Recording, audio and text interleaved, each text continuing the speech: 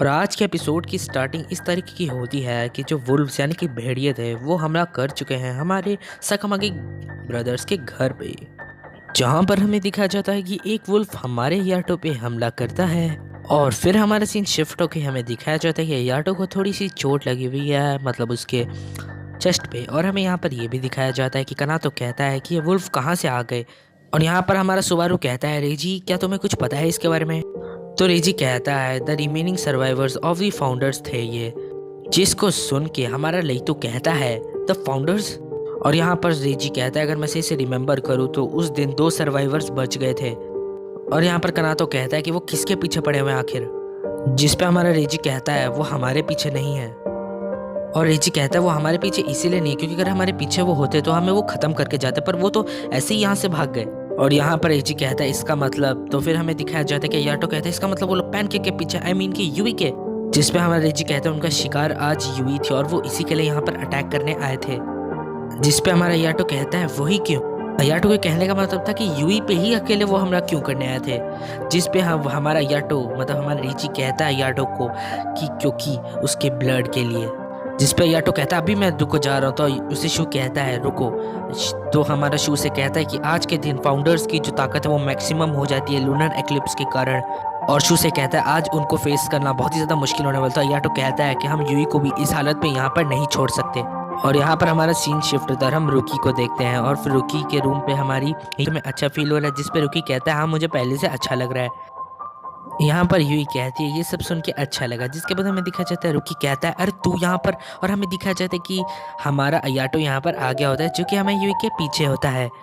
और अयाटो उसे कहता है कि आज तो बेटा तेरा बहुत ही अच्छा लगता पैनकेक, वरना तू यहाँ पर मरी जाती अगर तू यहाँ पर नहीं आती इन लोगों के पास इस समय पर। और यहाँ पर हमारा रुकी पूछता है कि क्या तुम लोगों पे भी अटैक हुआ था। जिस पे हमारा अयाटो कहता है हाँ हमारे पे हम पे भी अटैक हुआ था। जिस पे याटो उससे सब कुछ चीज़ें बता देता है। तो हमारा रुकी कहता है कि क्या फाउंडर्स इनके पीछे हैं। जिस पे हमारा याटो कहता है हाँ। और यहाँ पर याटो ये भी कहता है कि वो तेरे पीछे हैं यूई। तो यूई कहती है मेरे पीछे। जिस पे याटो कहता है कि लगता है वो तेरे ब्लड के पीछे है। जिस पे हमारी यूई कहती है पर क्यों, मेरा ही ब्लड क्यों। जिस पे हमारा याटो कहता है अरे बेटा मुझे पता होता तो मैं तेरे से सब कुछ बता देता ना, मेरे को नहीं पता यार। और यहाँ पर रुकी कहता है कि अगर वो तेरे ब्लड के पीछे है तो वो यहाँ पर जल्दी ही आने वाले होंगे।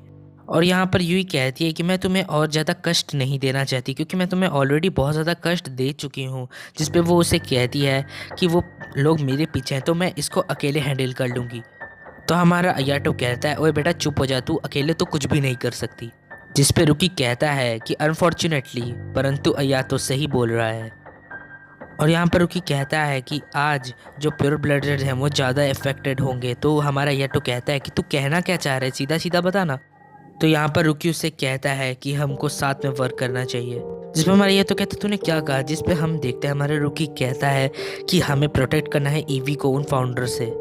जिस पे अयाटो कहता है कि मेरे को भी लग रहा है हमारे पास और कोई चॉइस है ही नहीं अब। जिस पे हमारा रुकी कहता है कि ये सब तुम्हें चलेगा ना यूवी, हम तुम्हारी मर्जी के बिना कुछ नहीं करेंगे। जिस पे यूवी कहती है हाँ मुझे चलेगा। जिस पे अयाटो कहता है कि यूई मैं तुझे इनके हवाले तो बिल्कुल भी नहीं करूंगा, आई मीन कि तू सिर्फ मेरी है। उसके बाद हमें दिखाया जाता है कि उसका ब्लड अगेन शक करने लग जाता है। और यहाँ पर रुकी से कहाँ रहने जाने वाला था वो कहता है कि तू सिर्फ एक और मेरी एक लौती ही ईवी है। और उसके बाद हमें दिखाया जाता है कि वो उसका ब्लड शक करने लग जाता है। और ये दोनों ही भैया यहाँ तो चालू हो गए आज तो इनका मूड है तो पीते रहेंगे यूवी का ब्लड।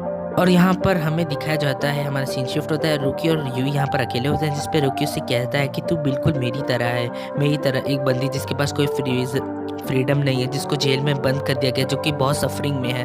और रुकी यहाँ पर बहुत अच्छी बात बोलता है। रुकी कहता है कि मैं बिलीव करने लग गया हूँ अब से कि हम अडाम तभी बन सकते हैं जब हमारी ईवी आज़ाद हो, हमारी ईवी अब खुश हो। तो अब यहाँ पर यूई को याद आता है कि इसी के लिए वो उसकी परमिशन मांगा था कि वो इस चीज़ से खुश है कि नहीं। अब मुझे पता नहीं कि तुम लोग मानो या ना मानो, बट आई थिंक रुकी सबसे ज़्यादा केयर करता है यूई की सारे भाइयों में।